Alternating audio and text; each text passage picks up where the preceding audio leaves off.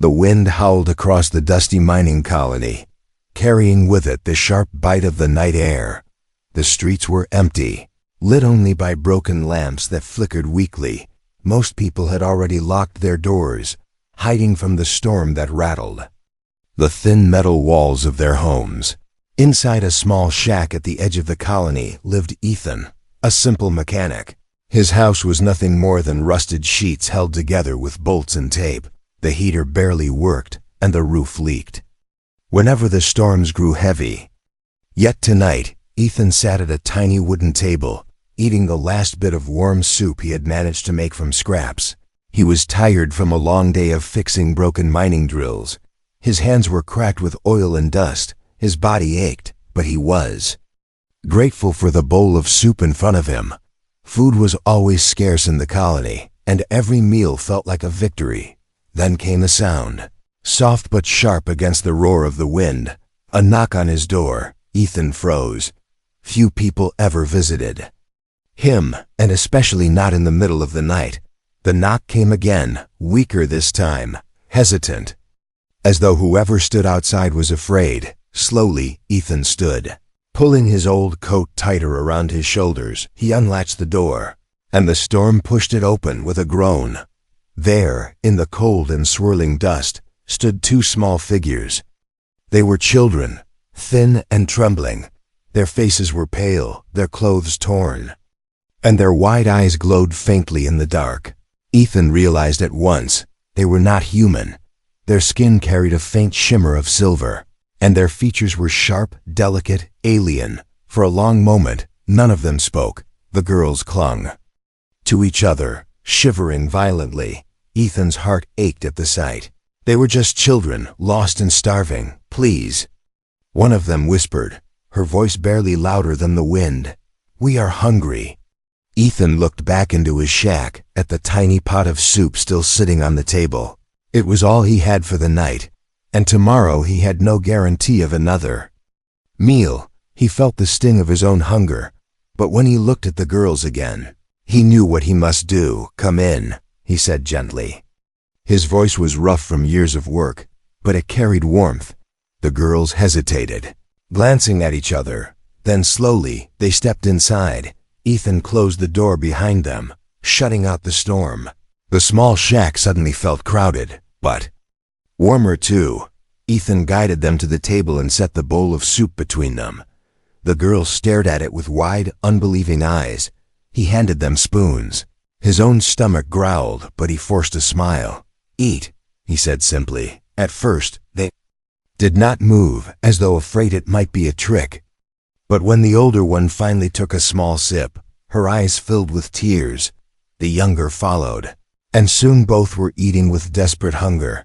Ethan sat quietly, watching. A strange peace filled him.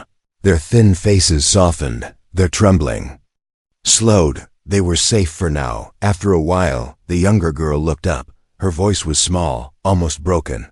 Why help us? You don't know us."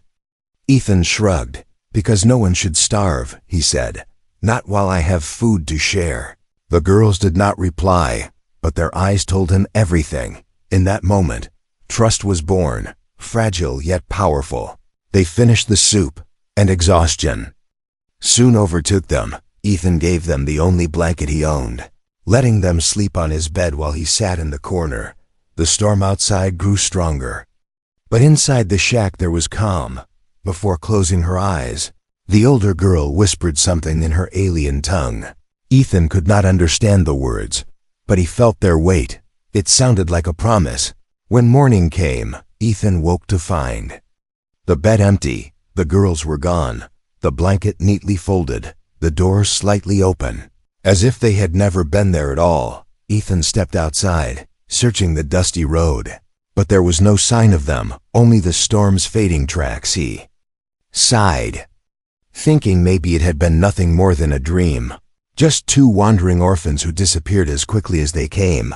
But deep inside, Ethan felt something different, something he could not name, as though his simple act of kindness had set something into motion, something far greater than he could imagine. And though he did not know it, 10 years later, That single warm meal would return to him, not as a memory, but as a starship descending from the sky. 10 years passed. And life in the mining colony grew no easier. The air was still heavy with dust, the skies always gray. The machines that dug into the rocky ground screamed day and night. Their endless noise was the heartbeat of the colony. Ethan had grown older, his shoulders bent from long hours of work. Every day he repaired broken drills, patched leaking fuel lines, and tightened bolts on engines that were too old to run. His hands were hard, his back ached, and his clothes were patched with oil stains, yet he worked without complaint, for work was the only way to survive. The small shack where he lived remained the same. Rust ate at the walls, the heater still coughed weakly, and the roof leaked whenever the storms rolled in. At night, he often sat alone, staring at the single lantern that lit his home, remembering the warmth of the soup he once shared, remembering the two strange girls who had vanished into the storm. Sometimes he wondered if they had survived. Sometimes he convinced himself they had not. It was easier to believe they were gone than to hope and never know. But in his heart, their glowing eyes never left his memory. The colony itself was changing. Rumors floated in from traveling merchants, stories of alien empires rising in the outer systems, whispers of wars fought far beyond human space. Ships passing through carried tales of battles, of kings and queens, of worlds burning and worlds reborn. Ethan listened, but never believed such grand stories could touch a man like him. One night, while fixing a broken radio unit, Ethan picked up a strange signal. The crackle of static shifted into a sharp tone, like a voice speaking in a language he could not understand. For a moment it felt familiar, a soft echo deep inside his memory. Then it was gone, swallowed by silence. Ethan tapped the machine, but the signal never returned. The next morning, he pushed the thought aside and returned to work. Machines broke, and he fixed them. The days blended into each other. One evening looked the same as the next. He was a small man in a forgotten corner of the galaxy, and nothing ever changed. Still, the memory of that night long ago never left him. Sometimes, when the storms rattled the walls, he thought he could hear faint knocking again, the soft sound of small hands against his door. But when he opened it, the wind greeted him, empty and cold. His neighbors saw him as a quiet man, kind enough, but ordinary. He rarely spoke. He had no family, no children, and no great dreams. He was simply Ethan, the mechanic, a man who lived, worked, and waited for the next day to come. Yet fate is not blind. It waits in silence, turning in hidden ways, preparing moments no one can see. Ethan did not know it, but the galaxy had not forgotten him. The two children he once saved had not forgotten him, and their promise, whispered in the dark, was traveling through the stars, growing stronger with every year. On the 10th anniversary of that stormy night, the colony was unusually quiet. The mines had shut down for repairs, and workers wandered aimlessly. Ethan sat outside his shack, wiping grease from his hands, staring at the horizon. The sky looked strange that evening, brighter, as though a star had drawn closer. He squinted. The light was not natural. It moved, slow and steady. A deep hum filled the air, vibrations rolling through the ground. The people of the colony gathered, pointing, whispering. Fear and wonder spread among them. No ship had ever come so close, not one so large, not one so bright. Ethan stood, his heart beating faster. He did not know why, but the light stirred something inside him, a memory, a feeling, a whisper of that forgotten promise. The hum grew louder, the ground shook, and the people stepped back as the massive shadow of a luxury spaceship descended. Its polished surface gleamed like a jewel against the dull sky. Its engines roared, then silenced with a grace that no mining ship had ever shown. The colony fell into stunned silence.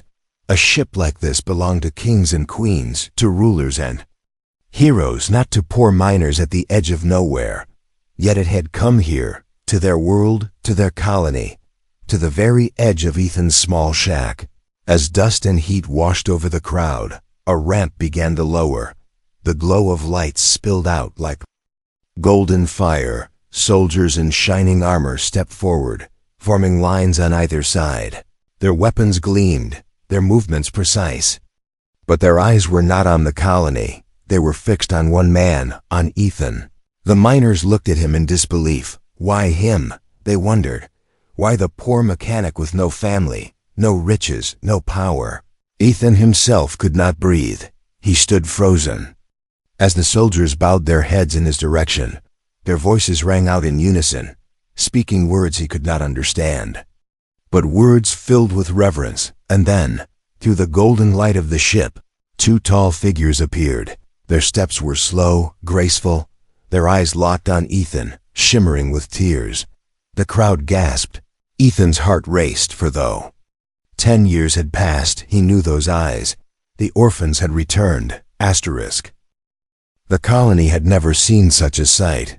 The ground still shook from the weight of the massive ship, and the air shimmered with heat from its engines. Dust rolled through the streets as people pressed closer, whispering and pointing. Children clung to their parents, wide-eyed with fear and awe. Old miners muttered prayers, thinking perhaps a god had descended. Even the governor of the colony, a man who rarely left his office, stumbled into the crowd, his voice trembling as he demanded answers. No one could give, and at the center of it all stood Ethan. His hands were still stained with oil, his clothes patched and worn. He felt small before the towering ship, yet the eyes of the soldiers remained fixed on him. The soldiers stood in perfect rows, their armor glowing faintly. Each one carried a weapon that hummed with power. They were not like the mercenaries Ethan sometimes saw pass through the colony. These warriors belonged to something greater, something royal. The ramp of the ship touched the ground. A golden light spilled across the dust, making it shine like precious stone. The crowd fell silent, holding their breath as two figures stepped forward. They were tall, their movements elegant, their cloaks shimmered like liquid silver, and their eyes glowed softly in the twilight. Ethan's breath caught in his throat. 10 years had passed, yet he knew them instantly. The two orphan girls, no longer thin and trembling, now stood as women of power. Their faces carried the same delicate features, their eyes the same glow, but their presence was different. Commanding, regal. For a moment, Ethan thought his heart had stopped. He remembered the stormy night, the hunger in their eyes, the way they had clutched at each other. He remembered the bowl of soup, the blanket he gave, the whisper of words. He never understood, and now they stood before him, alive, strong, and changed beyond belief. The crowd erupted into murmurs. Some shouted in fear, others in awe. A few dropped to their knees, thinking royalty had come to judge them. The governor pushed forward, bowing low, his voice cracking. "Welcome, great ones, this humble colony is honored." But the two women ignored him. Their eyes never left Ethan. Step by step they walked toward him, their guards parted like shadows before them. Ethan could not move. His feet felt rooted to the ground. His chest rose and fell with quick breaths. His mind screamed questions, but his lips would not form the words. When they stopped before him, silence fell again. Every miner, every child, every soldier watched, waiting. The older of the two women stepped closer. Her eyes glistened with tears. Her voice, though stronger now, carried the same tone he remembered. "Ethan," she whispered. His name sounded like a prayer. The younger one reached for his hands. Her touch was gentle, trembling, as if she feared he might vanish if she held too tightly. "You remember us?" she asked, her voice breaking. Ethan swallowed hard. "Yes," he managed. His voice was rough, almost lost in the weight of the moment. "I remember." Tears spilled from their glowing eyes. For a long moment, nothing else existed but the three of them, the dust, the crowd, the great ship. All faded to the edge of his mind. Then, without warning, both women bent to their knees. Before him, the crowd gasped. Never before had they seen royalty or warriors bow to a simple mechanic. The soldiers struck their weapons against the ground in unison. The sound thundered across the colony, not as a threat, but as an oath. A mark of respect. Ethan shook his head in disbelief. "Why?" he whispered. "Why would you?" The older woman raised her head, her eyes fierce despite the tears. "Because you saved us when no one else would," she said. "Because one act of kindness changed everything," the younger added, her voice steady now. "And because you are not forgotten, not by us, not by the stars." The governor stumbled forward, his face pale. "Surely there is some mistake," he stammered. "He is no one. Just a poor mechanic." The soldiers turned their cold eyes on him, and he fell silent, retreating in fear. The older woman stood again, her cloak flowing like light itself. She looked down at Ethan, her voice low but filled with power. "You gave us a meal, and you gave us hope. 10 years later, we have returned, not as children, but as daughters of a great house. We owe you a debt that cannot be measured." The younger one squeezed his hand gently. "And we did not come only to thank you," she whispered. "We came to warn you." Ethan's eyes widened. "Warn me," he repeated. The older woman nodded. "Danger is coming, Ethan. A danger that will fall upon this colony, and upon you. Most of all." The crowd stirred uneasily, whispers rising like waves. Ethan felt the weight of their words settle heavy in his chest. The ship loomed behind them, its lights pulsing like the heartbeat of a living thing. The soldiers stood ready, silent as stone. The air itself seemed to hold its breath, and Ethan realized that his life, so small and forgotten, was about to change forever. The air around the colony seemed frozen, as if even the wind had paused to listen. The crowd stared in silence, unable to believe what they had seen. Soldiers bowing, royalty kneeling, and all of it directed toward Ethan, the poor mechanic. Ethan's heart pounded as the two women stood again. Their eyes shone with memory, with gratitude, and with something deeper he could not name. For 10 long years he had wondered if they survived. And now here they were, no longer fragile children, but powerful figures draped in silver and light. The older sister looked at him, her voice carrying through the crowd. "Ethan, the night you found us we were no one, just 2 children lost. In the storm, forgotten by our own kind. We had nothing, no food, no safety, no future." The younger sister stepped closer, her hand still gripping his tightly. "You did not turn us away. You gave us warmth, you gave us food, and you gave us kindness when no one else cared. That moment changed our lives forever." Their words sank deep into Ethan. He shook his head, slowly, struggling to understand. "I only shared a bowl of soup," he whispered, his voice cracked. "That was nothing." But the older sister smiled sadly. "To you, it was small. To us, it was everything. That one meal carried us through the darkest night. And when fate brought us before the rulers of our people, we remembered your face, your voice, your kindness."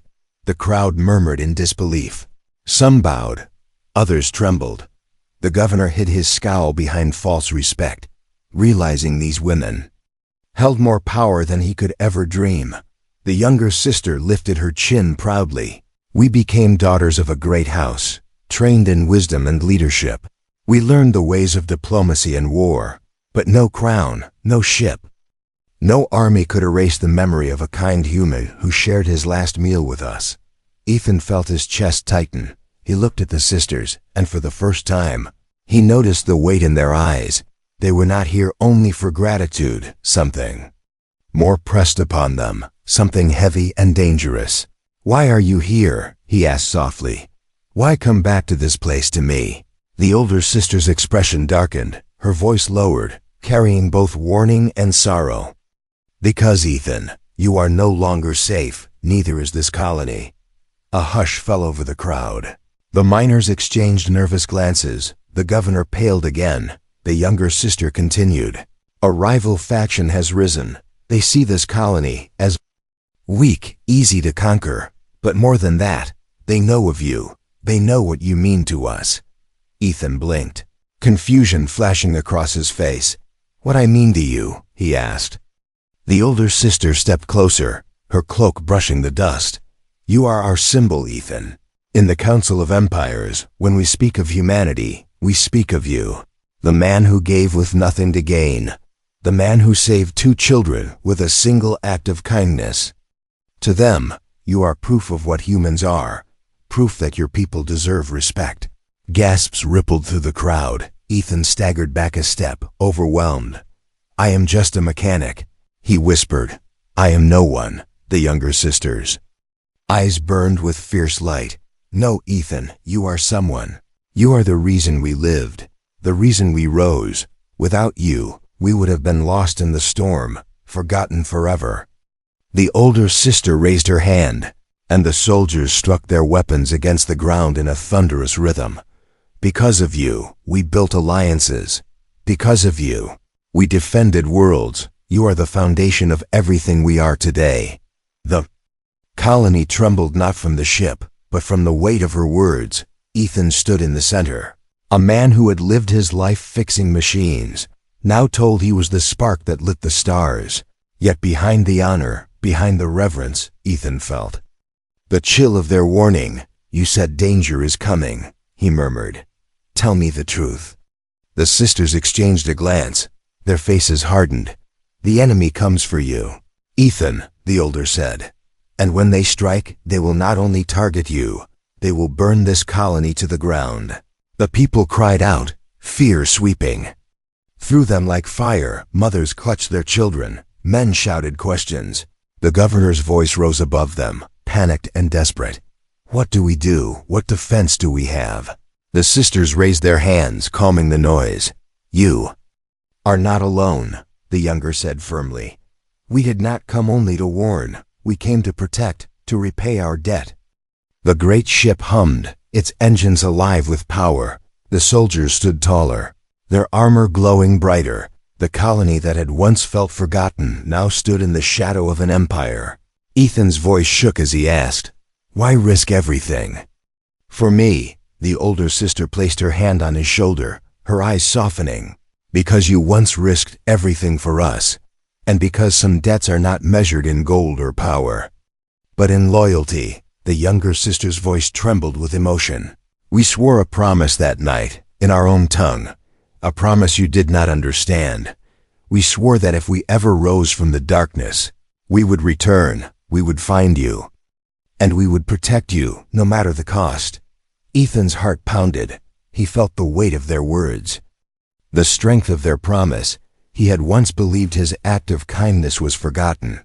Yet here they stood, proof that no kindness is ever truly lost. The colony waited in silence, the air heavy with fear and hope. The storm had not yet come, but its shadow loomed on the horizon, and in that silence, Ethan realized that the world he knew was gone. His quiet life as a mechanic had ended. From this moment on, his fate was tied to the stars. The colony remained in stunned silence after the sister spoke. The air was thick with fear. The miners looked at Ethan, some with hope, some with confusion, while others whispered in panic. For years they had lived in hardship, but never had they been told that destruction itself was on its way. Ethan stood frozen, his heart heavy. He had spent his life fixing broken machines, never leading anyone, never preparing for war. And now he was being told that armies might come for him, for this colony. He shook his head slowly, unable to believe. "Why me?" he whispered. "I am just a man with nothing." The older sister looked at him, her eyes sharp but filled with sorrow. "Because to them you are not nothing, Ethan. You are the living proof that humanity deserves respect. Our enemies fear that proof. They would rather burn it away than allow it to spread." The younger sister's voice was softer, trembling with emotion. "They see you as a symbol, a man who gave when he had nothing, a man who saved us when no one else would. To them you are dangerous, not because of your weapons, but because of your heart." Ethan turned his gaze to the crowd. He saw the fear in the eyes of the children, the uncertainty in the faces of the workers. He clenched his fists. He wanted to tell them he could protect them, but he had no power, no weapons, no plan. The governor stepped forward nervously, his voice cracking. "If what they say is true, Then we must prepare.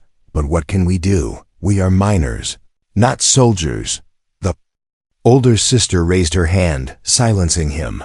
You will not face this threat alone, she said firmly. Our fleets stand ready. Our armies will protect you. Because this man once protected us, we will stand for him and for his people. Her words rolled through the crowd like thunder. For the first time, fear gave way to hope. Miners who had always bowed to hardship stood straighter. Women who had hidden their children from storms now looked to the sky with courage. Ethan shook his head, still struggling. I never asked for this, he murmured. I never wanted to be part of empires or wars. The younger sister looked at him with kindness. We know, but fate does not ask what you want. Ethan, it gives you a path, and sometimes the smallest step shapes the stars. Her words struck him deeply. He remembered that stormy night, the small hands that had knocked on his door, the choice he made to share his meal. He had not thought of it as great, only necessary, yet that choice had grown into something vast, something he could no longer escape. The soldiers shifted, their armor gleaming under the colony's weak lights. Behind them, the ship hummed like a beast waiting to move. The older sister's voice grew darker. Our scouts report that enemy warships are moving toward this sector. They will arrive soon. They will come with fire. They will burn this colony. Unless we stop them. Gasps rippled through the crowd. Some shouted prayers, others cried out. Ethan felt his chest tighten. He was just one man. Yet the fate of everyone here seemed to hang on his shoulders. The governor panicked. We must evacuate. We must flee before they come. But the younger sister stepped forward, her voice strong. Running will not save you. They will follow. They will not stop until Ethan is destroyed. The crowd turned to him, eyes wide. For the first time, Ethan realized he was not only a mechanic anymore. He was the heart of something greater. He was the reason this battle would be fought. His voice was low but steady. Then I cannot. Run, he said. His words surprised even himself. If they come for me, I will stand here. I will not leave my home. I will not leave these people. The sisters exchanged a glance, their eyes softening. The older one spoke, her tone both proud and heavy. You have the heart of a leader. Ethan, even if you do not see it, we will fight beside you, as we once swore to do. The soldiers struck their weapons against the ground again. The sound echoed like thunder across the colony, a promise of war. The miners whispered among themselves. Fear mixed with pride. They looked at Ethan now not as a poor mechanic, but as something more, a man chosen by fate. A man who would not abandon them. The younger sister turned toward the sky, her eyes narrowing. The enemy is near, we have little time. Ethan followed her gaze, and for the first time he saw faint lights above the horizon. They were not stars. They were moving, growing brighter with every second. His stomach twisted as he realized the truth. The warships were coming. He took a deep breath. His hands trembled, but his voice was steady. Then we must be ready. The older sister smiled. Faintly, a smile touched with sadness and pride. You once saved us with a meal, Ethan. Now we will save you with an army. The words carried across the colony, lifting hearts, striking fear, and filling the air with a strange fire. The people who had once felt forgotten by the galaxy now stood at the center of it. The mechanic who had once been no one now stood as the reason for everything. The lights in the sky grew brighter. The ground shook as the great ship prepared its defenses. The soldiers raised their weapons, and the crowd fell into silence, and Ethan knew the storm was here. The sky above the colony burned with strange lights. At first they looked like stars, but they moved too fast, growing brighter as they cut across the darkness. The people of the colony stood frozen, watching as shadows of enormous ships appeared. Overhead, Ethan's chest tightened. The enemy had arrived. The ground trembled as their warships descended, black and sharp against the clouds. Their engines howled like thunder, echoing across the barren land. The older sister raised her hand, her voice calm yet commanding. Hold your ground, she ordered. Her soldiers moved with perfect discipline, forming defensive lines at the edge of the colony. Their armor glowed faintly, weapons pulsing with energy. The younger sister turned to Ethan. "Stay close, you are the reason they came. And they will not hesitate to strike at you." Ethan swallowed hard. His body trembled. He was no soldier. He was a mechanic with oil-stained hands and a heart that beat too fast. Yet when he looked at the people around him, his neighbors, the miners, the children, he knew he could not hide. He had to stand. The first strike came without warning. A blinding beam of light tore across the sky, smashing into the barren ground beyond the colony. The explosion shook the earth, sending dust and fire into the air. The crowd screamed. Some ran. Others fell to their knees in panic. But the sisters did not flinch. The older one shouted a command in her native tongue, and the royal soldiers answered with fire. Streams of bright energy leapt from their weapons, cutting through the darkness. The sky erupted with color as the enemy answered. The battle had begun. Ethan ducked as a blast struck a nearby wall. Metal shards flew past him. He could taste dust and smoke. In the air, his heart pounded, but he forced himself to move. He saw one of the colony's defense turrets sparking. Broken, useless, without it, the line would collapse. He ran to it, ignoring the shouts of those telling him to stay down. His hands moved quickly, pulling wires, tightening bolts, sparks burning his skin. He worked the way he always had, like fixing a machine in the mines, only this time every second mattered. The turret roared back to life, firing a stream of light into the sky. The people around him cheered. The sisters glanced at him, pride flickering in their eyes, even in battle. Ethan had found a way to fight. Above, the night was alive with chaos. The enemy fleet outnumbered the sisters' forces, dark ships weaving through the stars, but the royal vessels shone like blades of light, cutting into their lines with precision. Explosions lit the heavens, shaking the colony with every strike. Younger sister stayed near Ethan, deflecting blasts with a shield of glowing energy. Her movements were graceful yet fierce. Every strike she blocked saved lives. The older sister led her soldiers at the front. Her voice rang out like thunder, guiding them, pushing them forward. She fought with a weapon that blazed like fire, cutting through enemy machines with deadly skill. She was no longer the starving child Ethan had once saved. She was a warrior queen, but the enemy was relentless. Their flagship loomed above the colony, larger than all others. Its cannons glowed with deadly power. And then Ethan saw where they were aimed, not at the royal soldiers, not at the sisters' fleet, but at his shack, his small home at the edge of the colony. His blood ran cold. He knew why. They wanted to erase him, the man who symbolized humanity's honor. They wanted to turn his act of kindness into ashes. No. Ethan whispered. His legs moved before he thought. He sprinted toward his home, even as people shouted for him to stop. The younger sister chased after him, her shield deflecting blasts that rained down around them. The flagship fired, a massive beam of energy streaked toward the shack. The ground exploded, dust and fire rising like a wave. Ethan was thrown back, his ears ringing. His home was nothing but rubble. He struggled to rise, coughing. His life had been simple, and now even that had been taken.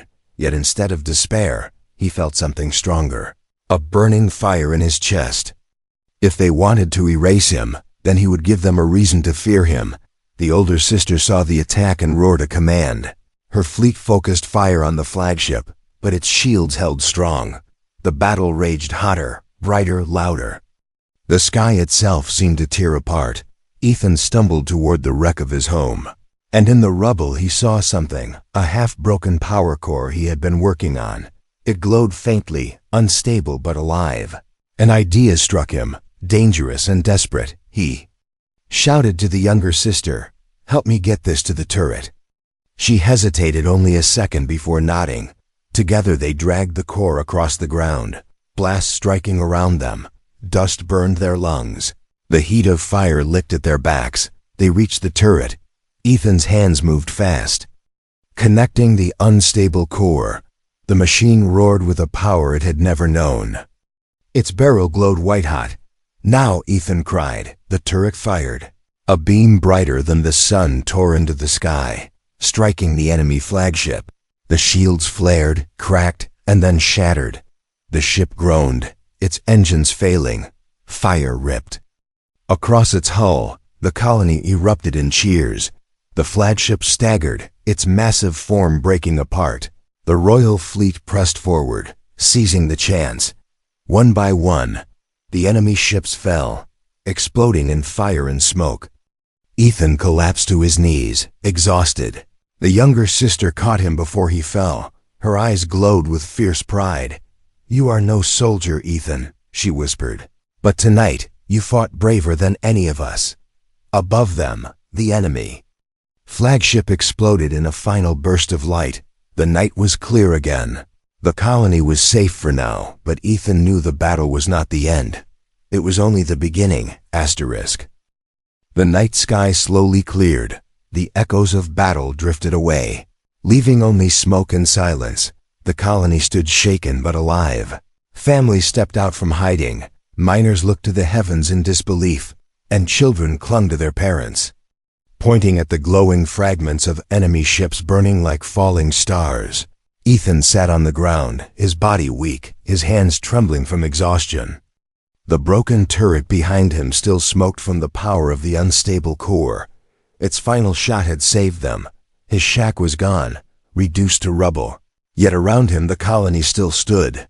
The younger sister knelt beside him, her hand steady on his shoulder. "It is over, Ethan," she whispered. Her eyes glowed with warmth. "The enemy is gone. You saved them all." Ethan shook his head, coughing through the dust. "I did nothing," he said softly. "I only fixed a machine. I only did what I knew." The older sister stepped forward, her armor scarred from the fight. Her voice carried like thunder across the crowd. "No, Ethan, you did more than that. You stood when you could have hidden. You fought when you could have fled. You gave hope when others felt only fear." The soldiers struck their weapons against the ground, the sound echoing like drums of honor. The people of the colony followed, their voices rising, calling Ethan's name. For the first time, the poor mechanic was not invisible. He was their hero. Ethan's eyes filled with tears. He had lived his whole life in shadows, fixing broken things, never seen, never remembered. And now the entire colony looked to him with gratitude and pride. It felt unreal, as if he were still dreaming. The governor, pale and trembling, stepped forward and bowed. "Forgive me," he muttered. "I did not see who you truly were." But his words were drowned out by the roar of the people. They did not bow to the governor. They bowed to Ethan.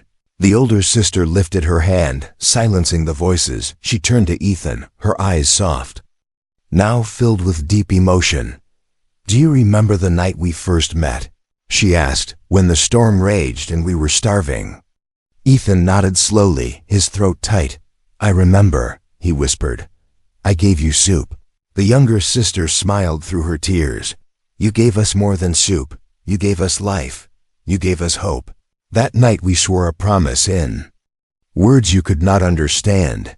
We swore that if we ever rose from the darkness, we would return to you, and we have kept that promise." Ethan lowered his head, overwhelmed. He had never thought himself worthy of such loyalty, never believed that a single act could ripple across the stars. Yet here they stood, proof that kindness was never wasted. The colony gathered closer, listening as the older sister spoke to them all. "Remember this night. Remember what one man's kindness has done. Empires have risen, wars have been fought, and yet all of it began with a simple meal shared in the cold." Her words struck the hearts of everyone present. Mothers wept.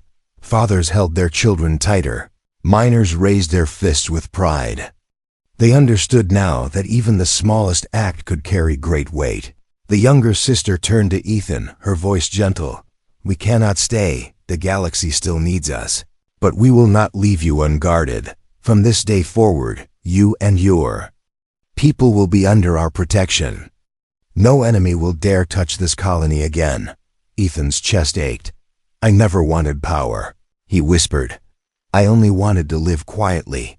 The older sister smiled. and that is why you are worthy. Those who do not seek greatness often carry it the best." The people cheered again, their voices rising like thunder into the night sky. Ethan felt a strange peace settle over him. His home was gone, his body tired, but his heart was alive with something he had never known: purpose. The sisters stepped back, their cloaks shimmering in the golden light of their ship. The soldiers formed ranks once more. The engines roared, preparing to lift into the stars before leaving. The younger sister leaned close and whispered, "Do not forget, Ethan, you are more than a mechanic now. You are the man who fed 2 orphans and changed the stars." Ethan's eyes blurred with tears as the ship rose. Its light washed over the colony, bathing everything in gold. The people waved, shouting blessings and thanks. The ship ascended higher until it was a gleaming star among the others. Then it was gone, leaving only silence and the memory of its glow. Ethan stood slowly, his legs weak but steady. He looked at the colony, at the faces filled with hope, and for the first time in his life, he did not feel small. He did not feel forgotten. He felt like a man who mattered. As dawn broke, the miners rebuilt their defenses, families cleaned the dust from their homes, and life slowly returned. But there was a new fire in their hearts. They no longer saw themselves as forgotten. They saw themselves as part of something greater because of him. Ethan sat on a stone where his shack once stood. He closed his eyes, listening to the voices of the people, and though he did not seek glory, he understood that his story would live on, told again and again. The legend of the mechanic who fed 2 starving girls and who 10 years later stood against an empire. The man whose kindness changed the stars. Asterisk.